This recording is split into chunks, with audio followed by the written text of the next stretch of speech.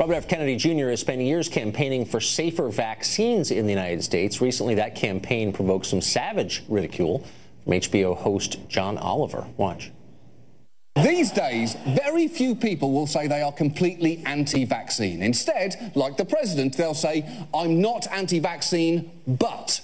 One example is, hey, I'm not anti-vaccine, but I am pro-safe vaccine. And that can often refer to concern over scary-sounding ingredients like thimerosal, a mercury-based preservative. For years now, RFK Jr. has led a crusade against it. In fact, just this year, he gave a speech where he said this. For 33 years, I've been working to get mercury out of fish. Nobody has ever called me anti-fish. And because I want mercury out of vaccines, I should not be called anti-vaccine. Okay, well, for a start, why would anyone be ashamed to be called anti-fish? Fish are stupid. And how do I know that? Look at them. Just look at this idiot. Robert F. Kennedy Jr. joins us tonight. The response to that piece that John Oliver did really struck me. I think of you as someone who's bona fides as a Democrat and a liberal are kind of unimpeachable, and yet they piled on you. Why? Why is raising questions about the safety of vaccines a no-go zone on the left?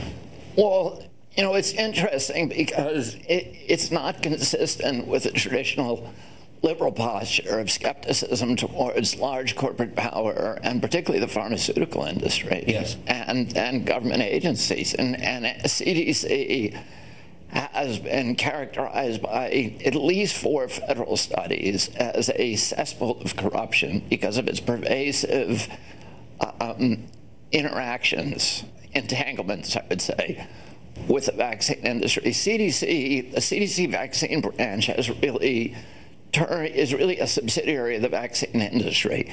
It sells $4.1 billion worth of vaccines a year. It spends about $4.6 billion, almost half of its budget, promoting vaccines, and it only spends $20 million testing vaccines. That's good for a tiny handful of the vaccines we have.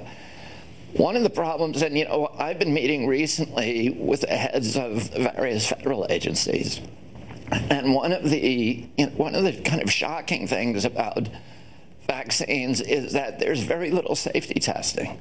If you have a normal drug, let's say Vioxx or Viagra, if you want to bring that to market, typically FDA requires you to do double-blind placebo studies. So you take 9,000 people, give them the pill, 9,000 people, and give them a pill that's identical except it's just sugar.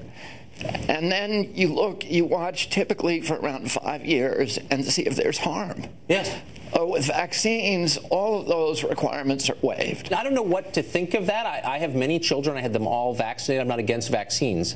But I am for asking sincere questions, and I suspect... Exactly. I'm deeply suspicious of people who shout down those questions on the basis of the fact they're unfashionable. So I still don't understand why all of a sudden you're not allowed to ask sincere questions. I don't think you're getting paid for this, are you? No, I'm not. In fact, I'm getting unpaid for this. It's been probably the worst career move that I've ever made.